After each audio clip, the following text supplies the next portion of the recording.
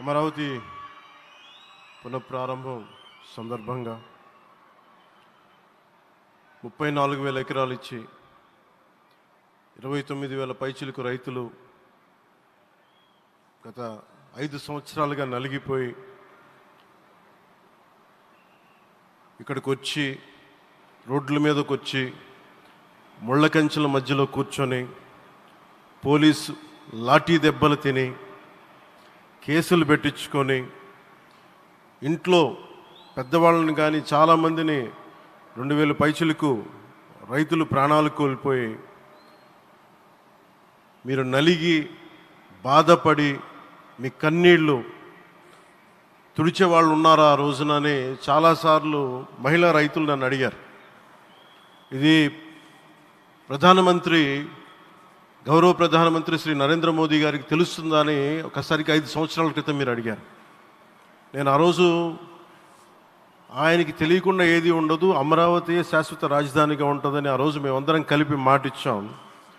ఆ ఇచ్చిన మాట ప్రకారం ఈ రోజున గౌరవ ప్రధానమంత్రి గారి చేతుల మీదుగా మళ్ళీ ఇంకొకసారి పునఃప్రారంభం జరగబోతుంది. ఇది ఆది శంకరాచార్య 1237వ జయంతి సందర్భంగా తిరిగి అమరావతి పునఃప్రారంభం కావటం చాలా ఆనందాన్ని కలగజేస్తుంది. మనందరం 5 కోట్ల మంది ప్రజలకి సంబంధించి ఇది ఒక హబ్, ఇది సెంటర్, నర్వ్ సెంటర్. ఇది అంటే మనందరికీ సంబంధించిన ఇల్లు. ఇది మనందరం ఎవరిని అడుగుతున్నామంటే ఒక ప్రధానమంత్రి గారు పూర్వం సన్యాసాశ్రమంలో ఉన్నప్పుడు ఆయనకి అనికేత్ అనే పేరు పెట్టారు. అనికేత్ అంటే అర్థం పరమశివుడు, ఇల్లు లేనివాడని. అలాంటి ఇల్లు లేనివాడు, కుటుంబం లేనివాడు 5 కోట్ల మంది కుటుంబాలకు, 5 కోట్ల మంది ప్రజల కోసం, ఎన్ని కోట్ల కుటుంబాల కోసం మనందరికీ రాజధానిలో ఒక నగరం నిర్మించడానికి, ఇల్లు నిర్మించుకోవడానికి ఇల్లు లేకుండా 140 కోట్ల మంది ప్రజల బాధ్యత తీసుకొని కశ్మీర్ నుంచి కన్యాకుమారి వరకు, అక్కడ కామాఖ్య నుంచి ద్వారకా వరకు ప్రపంచమే, మన దేశమే తన కుటుంబంగా చేసుకుంటూ ఈ భారతదేశమే తన ఇల్లుగా చేసుకొని తిరిగి పునఃప్రారంభానికి విచ్చేసిన గౌరవ ప్రధానమంత్రి శ్రీ నరేంద్ర మోదీ గారికి మనస్ఫూర్తిగా మన అందరి తరపున, ఆంధ్రప్రదేశ్ ప్రజలందరి తరపున, అమరావతి రైతాంగం తరపున, ఆడపడుచుల తరపున వారికి చేతులెత్తి హృదయపూర్వక నమస్కారాలు తెలియజేస్తున్నాను. దివిసీమ తుఫాన్ వచ్చి అందరి ఆశలను తుడిచిపెట్టేసినట్టు గత ప్రభుత్వం రాష్ట్రం మరియు అమరావతి భవిష్యత్తుని తుడిచిపెట్టేసింది. అమరావతి అంటే పరదాలు, సెక్షన్ 30, సెక్షన్ 144 మాత్రమే గుర్తుకొచ్చేలా పనిచేశారు. నువ్వు ధర్మం కోసం నిలబడితే ధర్మం నువ్వు నిలబడేలా చేస్తుంది అనే విధంగా ఆ రోజున అమరావతి రైతులు, రాష్ట్ర ప్రజలు ఈ ధర్మ యుద్ధంలో విజయం సాధించారు. రైతులు ఇచ్చిన 11,000 ఎకరాల భూమిని త్యాగం చేసి వారి సంకల్పం 33,000 ఎకరాల భూమిని త్యాగం చేసి వారి సంకల్పం ఫలితంగా ఈ రోజున ఆంధ్రప్రదేశ్ రాజధాని ఆవిర్భవించింది. అమరావతి రాజధాని పనులు పునఃప్రారంభమవుతున్న ఈ శుభ సందర్భంలో ముందుగా రాజధాని నిర్మాణం కోసం స్వచ్ఛందంగా ముందుకొచ్చి తమ భూముల్ని, పొలాల్ని ప్రభుత్వానికి ఇచ్చిన అమరావతి ప్రాంత రైతులకు, మీ త్యాగానికి గత 5 ఏళ్లుగా మీరు చేసిన పోరాటానికి శిరస్సు వంచి మీకు ధన్యవాదాలు తెలియజేస్తున్నాను. గత 5 ఏళ్లుగా రాజధాని నిర్మాణం నిలిచిపోయి రాజధాని తరలిపోతుందనే సమయంలో రోడ్ల మీదకు వచ్చి 5 కోట్ల ప్రజల తరపున రైతులు, మహిళలు, విద్యార్థులు చేసిన పోరాటం, మీరు పడిన అవమానాలు, మీపై పడిన గాయాలు ప్రతి ఒక్కటి మా మనసులో ఉంది. ఆ రోజున దివ్యాంగులను కూడా లాఠీ దెబ్బలు నా గుండెలు ఇంకా సజీవంగా ఉన్నాయి. ఆ బాధ మేము మర్చిపోలేదు, ఎవరిని మర్చిపోనివ్వలేదు. అందుకని దానికి సజీవ సాక్షి ఈ రోజున తిరిగి పునఃప్రారంభానికి గౌరవ ప్రధానమంత్రి గారు రాక, ఆ రోజున మహిళలు, విద్యార్థులు చేసిన పోరాటం, మీరు పడిన అవమానాలు, మీపై పడ్డ గాయాలు ప్రతి ఒక్కటి మనసులో ఉంది. మీ త్యాగాన్ని మేము మర్చిపోం. మీరు చేసిన త్యాగానికి జవాబుదారీగా ఉంటాం. బాధ్యతగా అమరావతి నిర్మాణం జరిగేలా సాయశక్తుల ఈ కూటమి ప్రభుత్వం కృషి చేస్తుంది. అమరావతి రైతుల త్యాగాలను హృదయపూర్వకంగా స్మరించుకుంటూ వారి ప్రతినిధులుగా ఇక్కడకు విచ్చేసిన రైతులకి నా ప్రత్యేక నమస్కారం. ఈ పోరాటంలో వారికి ప్రతినిధులుగా సన్మానం అందుకుంటున్న మహిళా రైతులు పాత్ర, ప్రత్యేకించి అమరావతి మహిళా రైతుల పాత్ర చాలా అభినందనీయం. మీరు ఎంత నలిగారు, మీరు ఎంత రోడ్ల మీదకి వచ్చారు.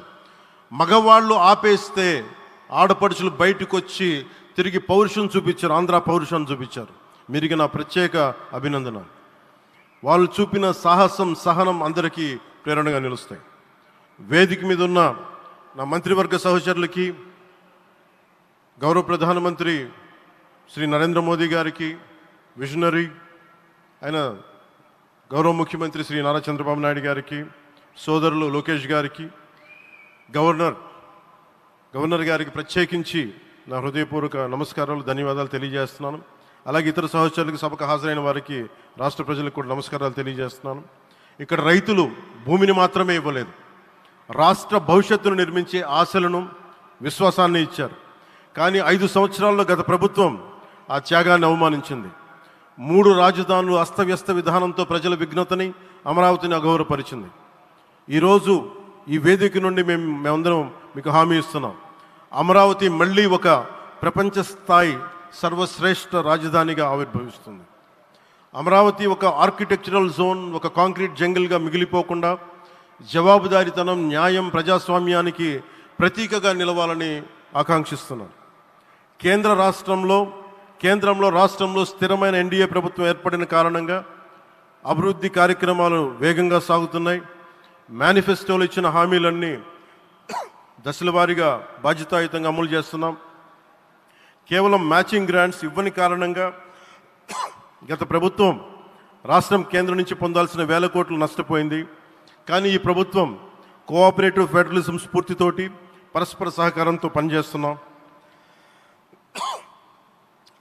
రాష్ట్రంలో రహదారులు, రైల్వే, పారిశ్రామిక రక్షణకు సంబంధించి ఈ రోజున మన అమరావతి కాకుండా రాష్ట్రంలో రహదారులు, రైల్వే, పారిశ్రామిక రక్షణకు సంబంధించి ఈ రోజున 1,07,00,000 కోట్ల విలువైన అభివృద్ధి పనులకి ప్రధాని గారు శంకుస్థాపనలు, ప్రారంభోత్సవాలు చేస్తున్నారు. రాయలసీమలో గుంతకల్ రైల్వే, గోరంట్ల హైవే లాంటి వివిధ కార్యక్రమాలకు, ఉత్తరాంధ్రలో పిఎం ఏక్తా మాల్ లాంటి వివిధ పనులకు ఈరోజు శంకుస్థాపన, ప్రారంభోత్సవం చేస్తున్న ప్రధానమంత్రి గారికి నా హృదయపూర్వక కృతజ్ఞతలు. నేను అవనిగడ్డ ఎన్నికల ప్రచారంలో హామీ ఇచ్చిన దానికి అనుగుణంగా మనందరి ఆశలు మనకి ఆశించిన విధంగా నాగాయలంకలో మిస్సైల్ టెస్ట్ రేంజ్కి ప్రధానమంత్రి గారు ఈ రోజున శంకుస్థాపన జరగడం నాకు చాలా సంతోషంగా ఉంది. Now with Honorable Prime Minister Sri Modi ji and Honorable CM Sri Chandrababu Naidu garu, and together again Amravati will surely become a world-class capital, a 360-degree growth engine for all of Andhra Pradesh. Our youth will no longer have to leave for Bangalore, Chennai or Hyderabad. Soon Andhra Pradesh will create jobs for our people and attract talent from across the nation and the world. దీనికి అమరావతికి ప్రత్యేకించి ఒక వ్యక్తిని మనం స్మరించుకోవాలి. రాళ్లల్లో, రప్పల్లో ఒక మహానగరాన్ని చూసిన వ్యక్తి, ఒక 20 సంవత్సరాలు ముందుకెళ్ళి చూసిన వ్యక్తి. అలాంటి నాయకులు మనందరం కోరుకున్నట్టుగా ఆయన వెనంటే ఆయన ఉండాలి, ముఖ్యమంత్రిగా ఉండాలి అని మేము ఆశించిన విధంగా ఆయన ముఖ్యమంత్రి అయ్యారు. ఆయన సైబరాబాద్ అనే సిటీని ఎలా నిర్మించారో, ఎంత అద్భుతంగా రూపకల్పన చేశారో, అమరావతి అనే ఈ క్యాపిటల్ని కూడా ఆయన అపారమైన అనుభవంతో, ఆయన దక్షతతోటి, ఆయన గవర్నెన్స్ కేపబిలిటీ తోటి, అడ్మినిస్ట్రేటివ్ కెపాసిటీ తోటి ఇది అద్భుతమైన మహానగరంగా తీర్చిదిద్దుతుంది. ఇది ఆంధ్రప్రదేశ్కే కాదు, భారతదేశానికి తలమానికంగా అవుతుందని మనస్ఫూర్తిగా నేను ఆశిస్తున్నాను. అలాగే ప్రత్యేకించి ఈ రోజున మనం ప్రధానమంత్రి గారిని చాలా లోతుగా మనం అర్థం చేసుకోవాలి. ఈ రోజున కశ్మీర్లో దాదాపు 28 మందిని చంపేశారు. అలాంటి క్లిష్ట సమయంలో, రాష్ట్రం, దేశం మొత్తం యుద్ధం వైపు వెళ్తున్న సమయంలో, అలాంటి కీలక సమయంలో ప్రధానమంత్రి గారు ఇక్కడికి వచ్చి లోపలంతా బరువు, గుండెల్లో బరువు పెట్టుకొని వేదన ఉండి కూడా అమరావతి రైతులు చేసిన త్యాగాలను మర్చిపోకూడదని చెప్పి ఇంత ఇబ్బందుల్లో కూడా ఆయనకు వచ్చినందుకు మనస్ఫూర్తిగా ఒక్కసారి మనందరం ప్రధానమంత్రి గారికి గౌరవ సూచకంగా మనందరం కృతజ్ఞతలు తెలియజేయాలి. The Pahalgam terrorist attack has been one of the darkest days for the entire country. Even the blood was spilled in Kashmir. The blood spilled in Kashmir, it created tremors in the entire nation. And we had seen it personally, witnessed personally, the pain of the victims. For the Honorable PM Modi ji, he is leading the country through these tough times, and he assured all the citizens with stern action against the perpetrators of terrorism. I know this is very sensitive time, and Modi ji is carrying the nation's burden. Amidst this tremendous difficult moment, Modi ji still gave time and came today to Amravati. This shows his deep commitment to Andhra Pradesh, to the people of Andhra Pradesh, and we are deeply grateful to you, sir. May Lord Bhavani, మన కనకదుర్గమ్మ ఆశీస్సులతోటి వారికి బలాన్ని ఇవ్వాలి, శక్తిని ఇవ్వాలి, మనందరం ప్రార్థిద్దాం. May Lord Bhavani Mata give immense strength to our Honorable Prime Minister Modi ji to lead our nation and bless Bharat, Andhra Pradesh and Amravati. Jai Bhavani, Jai Bharat and Jai Hind.